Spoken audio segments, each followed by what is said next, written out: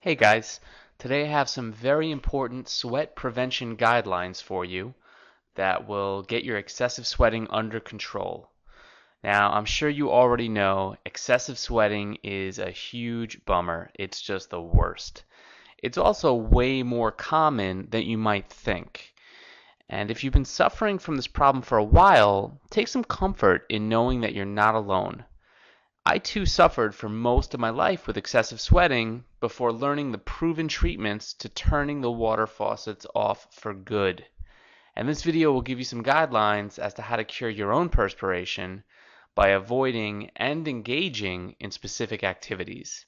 Here, I'll be showing you some obvious and not so obvious sweat prevention tips you should definitely be following to tackle this problem correctly and start out on the right foot. Now remember, the only way to find success is to take action.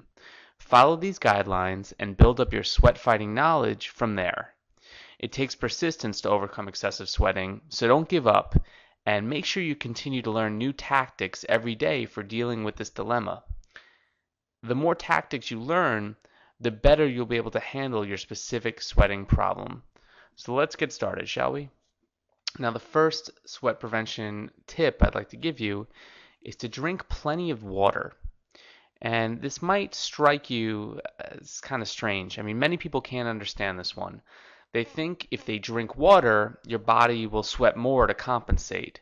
But that's just wrong. Drinking lots of water will actually keep your body cool. And by keeping your internal temperature cool, the hyperactive sweat glands have no reason to perspire.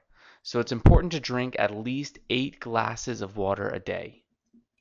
Next, I want you to try shoe inserts.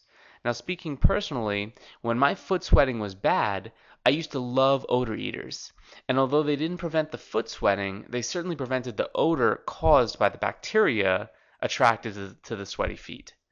So give those a shot, and they'll be a really great band-aid for your foot sweating. Next, I want you to try Vinegar Foot Baths. What you do is you want to mix half a cup of vinegar with 1 cup of water into a foot bath or a big bowl. And you want to soak your feet for at least 15 minutes. I would actually do it for about 25 minutes the first time, but you really only need to do it for about 15 minutes. Do this twice a week and you'll see a huge improvement in your plantar hyperhidrosis.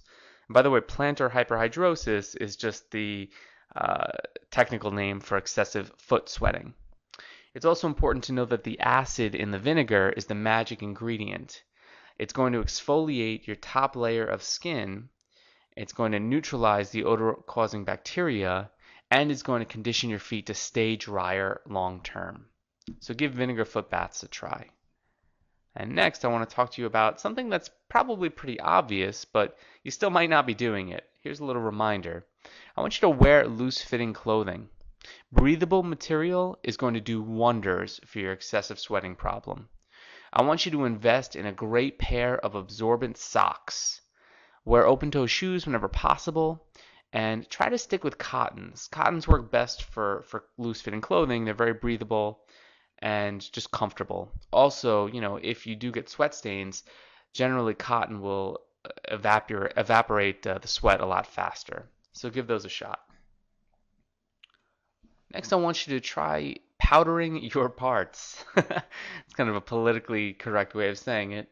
But after bathing or showering, you want to just apply a baby powder, or what works great? They make a medical powder called goldbonds. You may have heard of it. And it has a cooling effect. So it's called goldbond powder. It comes in a big yellow container. You can also try baby powder. It's going to prevent irritation and relieve your skin. And irritated skin is also more likely to perspire and cause further irritability and rashes. So using a powder will sort of relieve skin. It's going to cover up any body odor that you might have and just add another barrier of protection for your overall body sweating. Next, I want you to make sure you change your socks frequently. And again, this might sound like obvious advice, but are you doing it? I hope you are. It's going to cut down on your feet, the exposure your feet are going to have to bacteria, though it'll really help out with the odor. And of course, good hygiene never hurts either. A lot of stores like Gap, make special breathable socks that wick away moisture using specially designed cotton. The socks have kind of like an interlaced pattern, but they should be labeled to wick away moisture right on the socks. And again, I get mine from the Gap. So you can find comparable socks in many different chain stores. You can try Walmart or places like that as well. Next, I want you to try applying antiperspirant to your hands and feet. If you're not already doing this, you're really missing out. Be on the lookout though for skin irritation when you do this. You can accidentally give yourself a rash, or if you react poorly to the brand of choice, you can have itching. And this can help temporarily with palmar and plantar hyperhidrosis.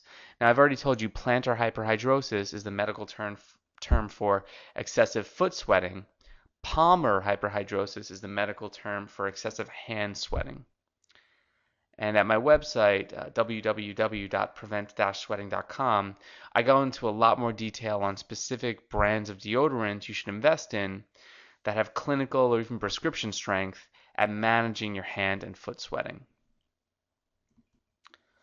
Next, I want you to try a trick that I use. I want you to use alternating temperatures when you shower. Now, I like to start my shower off warm and comfortable and turn it to cold temperatures just a minute or two before I get out. And this is refreshing. It's going to cool your body temperature in a very natural and gradual way. And I love it because it really wakes me up in the morning and gets me ready to start the day.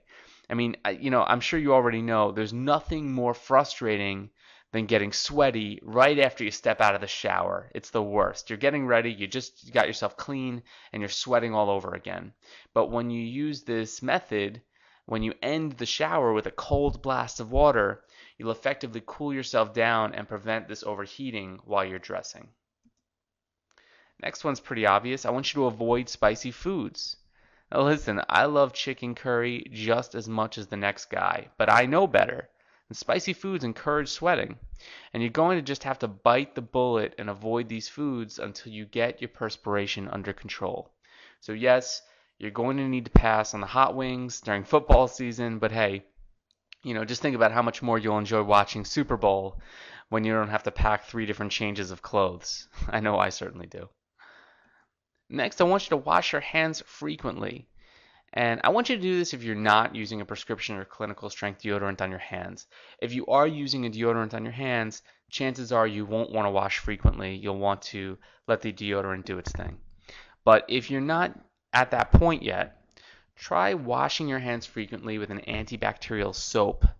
And it's going to have a drying effect. It's going to dry the skin. Again, look out for irritation. Even something as gentle as washing with an antibacterial soap can overdry your hands. So find a nice happy medium. I don't want you to be obsessive compulsive, but this might condition your hands to sweat a little bit less. I also want you to use natural treatments.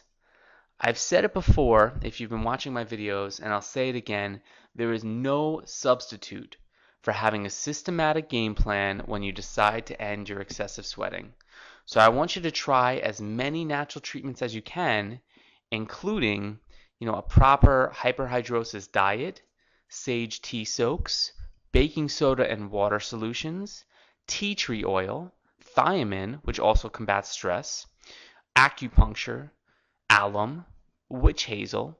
And I know if you haven't been following my articles and videos, some of these solutions you may have no idea what they are. On the website I explain them all in a step-by-step format through a video called Sweat-Free Tactics. But this is just a very, very small list of all the natural treatments you can start learning how to implement. They're step-by-step. You can start doing them right at home in minutes a day. Invest your time in learning these treatments. Think of how much time is spent wasted on worrying about your excessive sweating, worrying about how you're going to deal with it, avoiding situations. Use that time productively. Spend it learning about these solutions so you can just end excessive sweating for good. And as always, www.prevent-sweating.com is a great resource. I've spent a lot of time developing tons and tons of free content for you to start benefiting from immediately. And when you go there, one of the first things I want you to do is get the free Sweat Tactics video. It's completely free. It's over half an hour's worth of free content showing you step-by-step treatments on how to stop excessive hand sweating, foot sweating, facial sweating, and underarm sweating within minutes. And they'll give you palpable results. I want you to check it out right now. Don't live with this problem any longer. You don't have to. I've done the homework for you. Check out the site. I'll talk to you soon. Take care, guys. Bye.